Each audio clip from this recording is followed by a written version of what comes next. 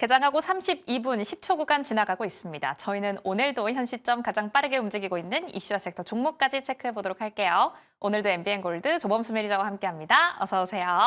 안녕하십니까. 네, 반갑습니다. 매니저님을 만나니까 월요일 같은 수요일도 참 행복하게 시작할 수가 있겠네요. 첫 번째 이슈 바로 한번 들어가 보도록 할게요. 방산주 함께 다뤄보겠습니다. 인도가 테러로 촉발된 긴장 속에 현지 시간 7일 새벽 파키스탄을 겨냥한 미사일 공격을 단행했다라는 보도가 나왔습니다. 여기에 HD 현대중공업 그리고 하나오션이 캐나다 해군 잠수함 도입 사업에 원팀으로 참여한다라는 소식까지 들려오면서 오늘장 방산주 참 좋게 움직여주고 있어요. 앞으로 전략 좀 어떻게 가져가 볼까요? 항공주, 방산주, 내지는 조선주, 기존에 강세 보였었던 종목들이 장 초반에 강세를 보이고 있는 것은 그대로 유지가 되고 있습니다. 일단 또 다른 새로운 전쟁이 나타났다라는 사실 자체는 어찌 보면은 세계 증시에 그렇게 좋은 영향을 미치지는 않을 것 같아요. 다만 일단 국경 인근 지역에서만 일단 벌어지고 있는 상황이기 때문에 아직 그 중요도나 아니면은 지금 위험도를 굉장히 크게 보고 있지는 않은 것 같습니다. 저는 인도가 지금 전쟁에 휩싸인다고 했었을 때 가장 위험스럽게 생각하는 게 뭐냐면은 네. 휴대폰 어디 쓰세요? 휴대폰 갤럭시요. 갤럭시입니까? 네. 애플 쓰실 줄 알았는데 아니네요. 아유, 그럼요. 네. 우리나라 사랑해야죠. 인도 섹터라면은 애플. 특히나 인도양으로 공장들이 많이 진출해 있는 경우가 많기 때문에 네. 인도의 전쟁 같은 경우에 좀 빠르게 이제 외부 개입을 통해서 빠르게 끝날 가능성도 있다라는 평가도 많이 나오고 있지만 어찌 됐든 전쟁은 전쟁입니다. 네. 자, 그래서 지금 방산주들 초기 강세 보이고 있는 섹터들 수주 건수와 관련된 이야기, MRO와 관련된 이야기 여러 이야기 있습니다. 하나하나씩 말씀드리겠습니다만 이 종목들에 대해서 우려하고 있는 부분도 일단 있기는 할 거예요. 왜? 달러 환율이 빠졌으니까. 조선이나 방산 같은 경우에 일단 수출이 가장 기대되는 섹터이기 때문에 당연스럽게 원달러 환율의 영향을 받을 수밖에 없습니다.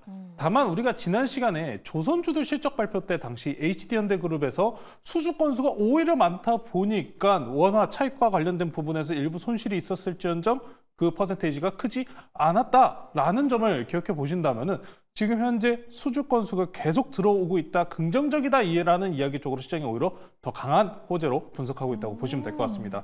오늘 기준으로 MRO, 특히나 한국항공우주, 한국하나 에어로스페이스 이 종목들 한번 볼 건데 네. 방산 섹터에서 특히나 지금 조선과 함정과 관련된 이야기들만 많이 나오고 있었다 하면은 이제는 우주 항공 그리고 이 공군까지도 MRO 수주 건수에 대한 이야기가 나오고 있습니다. 이 종목들 하나씩 보고 갈게요. 네. 한국항공우주 보고 가겠습니다. 네. 저희가 지난 시간에 한국항공우주. 3월 고가 98,000원까지 좋은 상승분 만든 이후에 조정 나왔었던 종목 중에 하나입니다. 지금 오늘 기준으로 1.5% 상승분, 최대 3.6%까지 상승한 모습 보여주는데요.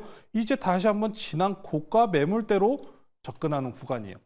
방산주들 보시면은 쉬지를 않아요. 그러니까 고가 비싸다 우려감 특히나 많이 만들었었던 종목 중에 하나 뭡니까? LIG 넥슨 한번 보실게요. 네. LIG 넥슨도 안 꺾입니다. 결국에는 고가 넘어갔죠. 조정과 상승을 계속해서 반복하면서 이어가고 있는 모습입니다. 물론 우크라이나 러시아 전쟁이 이제 휴전과 관련된 이 흐름들이 계속해서 이야기가 나오고 있다라고는 하지만 유럽에서는 지금 또 근처 인접 국가 이제 인도도 엄청 멀리 떨어져 있는 국가는 아니잖아요. 네. 현 구간에서 그럼 과연 방산주들에 대한 투자를 줄일 이유가 있습니까?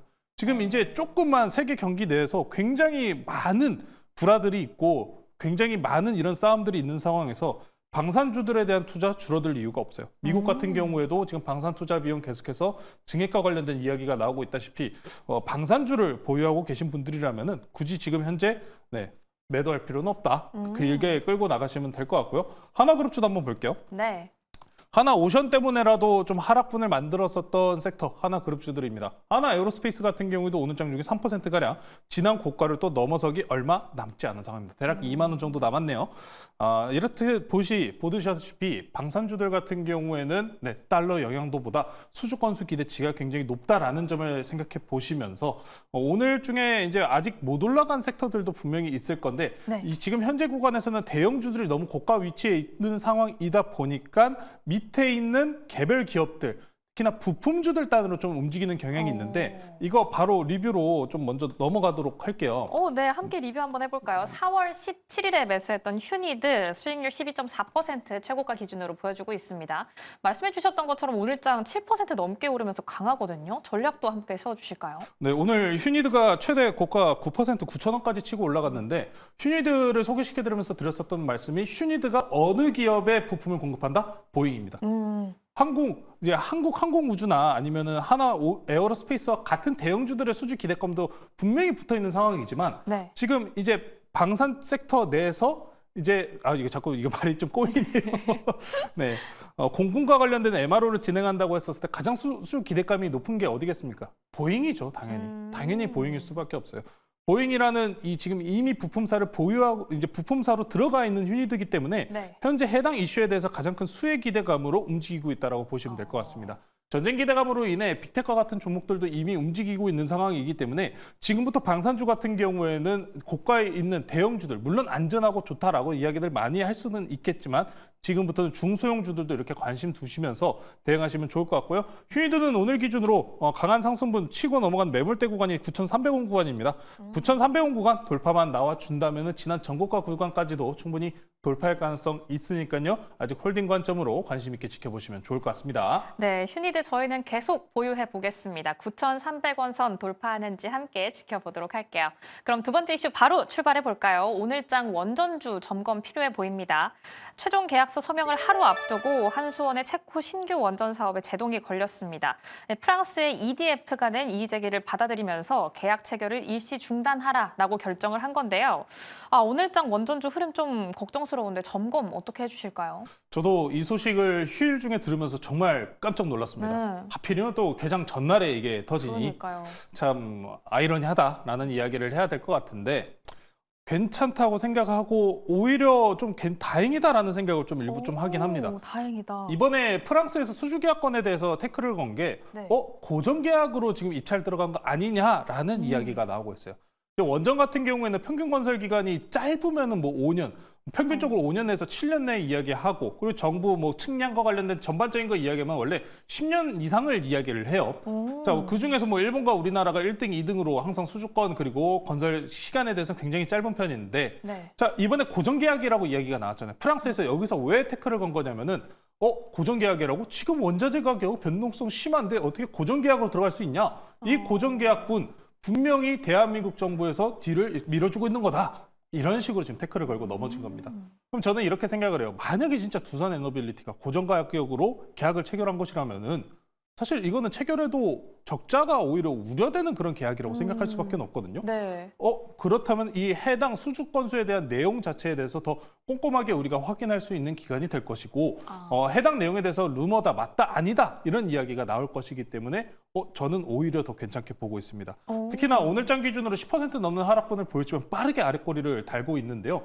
그래서 이번에 프랑스에서 결국에 과거에 지금 프랑스 수주 건수가 최근에 마지막 나왔었던 게 2007년도에서 노르망디에서 진행했었던 원전 수주 건수거든요. 이게 얼마가 걸렸냐?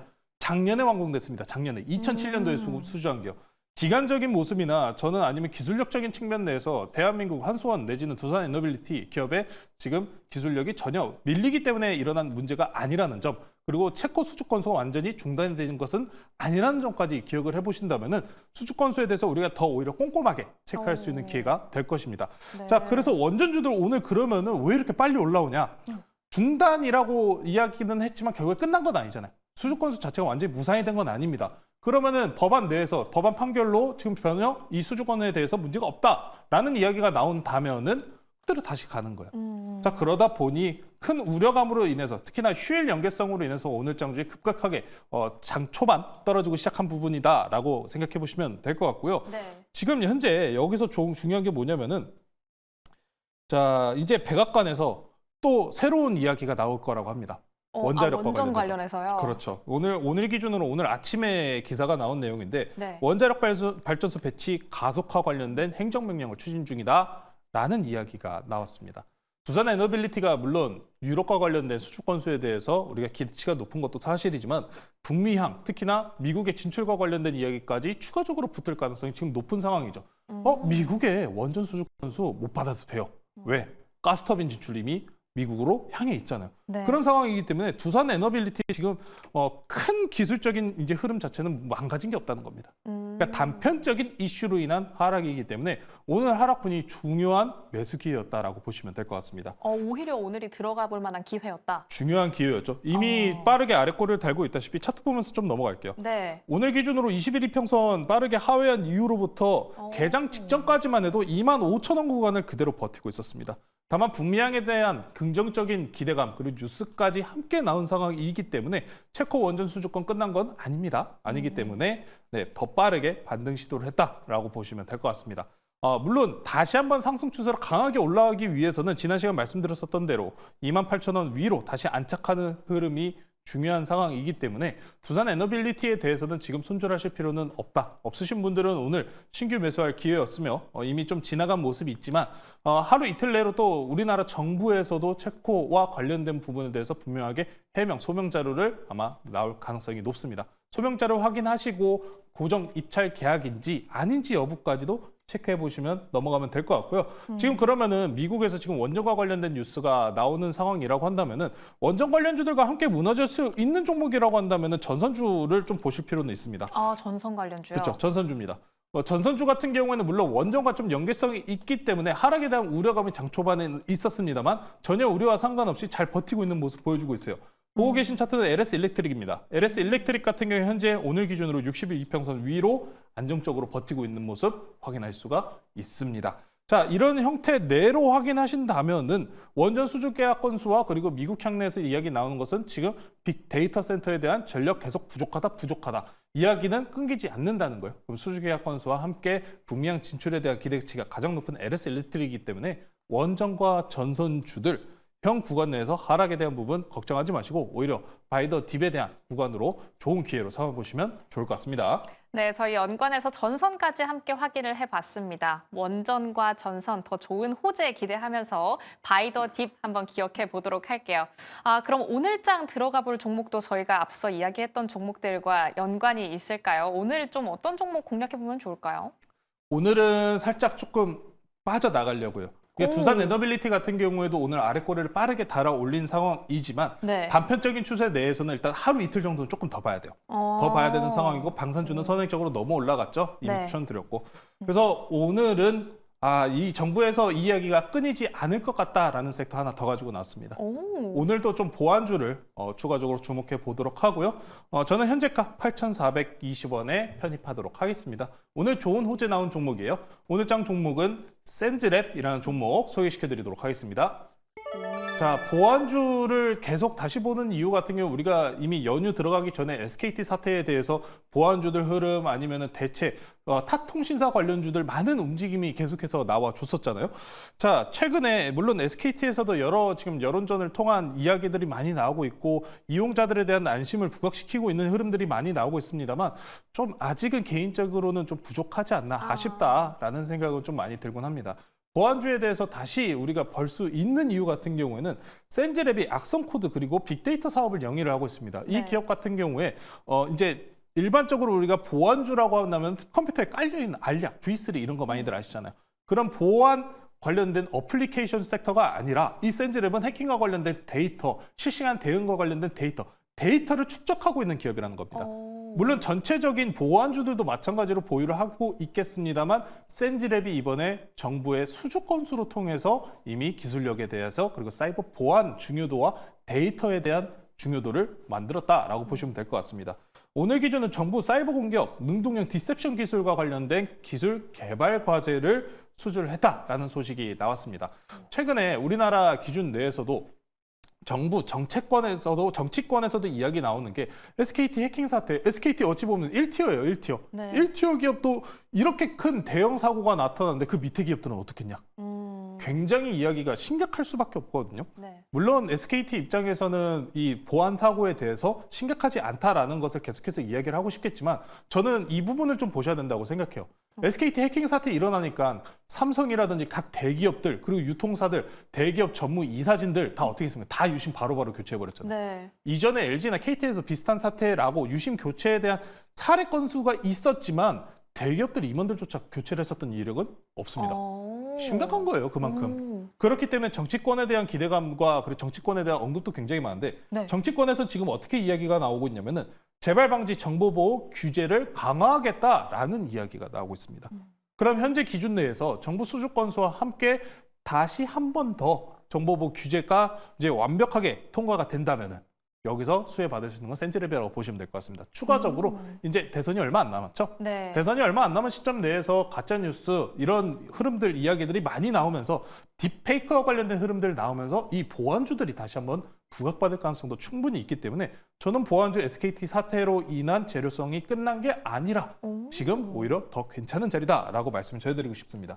차트 보면서 가격 전략 말씀드릴게요. 네. 자, 오늘장 기준으로 현재 3% 상승분 보여주고 있습니다. 이제 5일 이평선 자리가 8,600원 구간이고 굉장히 좁아요. 지금 8,900원 자리가 300일 이동평균선, 480일 이동평균선입니다. 저항대가 굉장히 짧은 상황이기 때문에 현 구간에서 거래량 붙이면서 돌파만 해준다면 강한 시세 붙일 가능성이 매우 높다는 점 참고해 보시면서 목표가는 좀 높게 잡겠습니다. 목표가 10,000원으로 앞단이 바뀌는 거 보시면 될 것 같고요. 손절가는 단기 추세 이탈 나오는 7,900원으로 제시해드리도록 하겠습니다. 네, 역시나 오늘도 두 마리 토끼 함께 잡을 수 있는 종목 소개해 주셨습니다. SKT 이슈와 함께 딥페이크로 보안주, 그 안에서 저희는 센즈랩 주목해 보도록 할게요. 10,000원까지 상방 열어두도록 하겠습니다. 수요일이지만 월요일 같은 오늘장 남은 대응도 매일경제TV와 함께 해주시기 바랄게요. 오늘도 시청해주신 여러분 고맙습니다.